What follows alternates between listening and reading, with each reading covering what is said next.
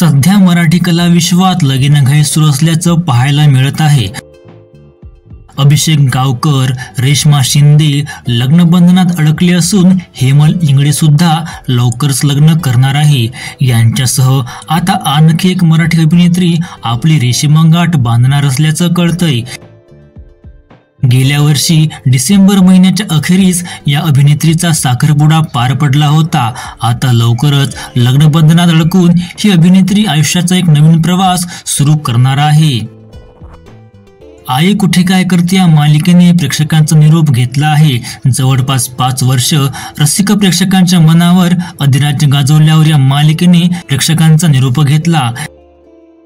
यामधील प्रत्येक भूमिका घराघरांत लोकप्रिय झाली होती। मालिकेत यशची बायको आरोहीची भूमिका साकारणारी अभिनेत्री कौमुदी वालोकर लवकरच खऱ्या आयुष्यात लग्न करणार आहे।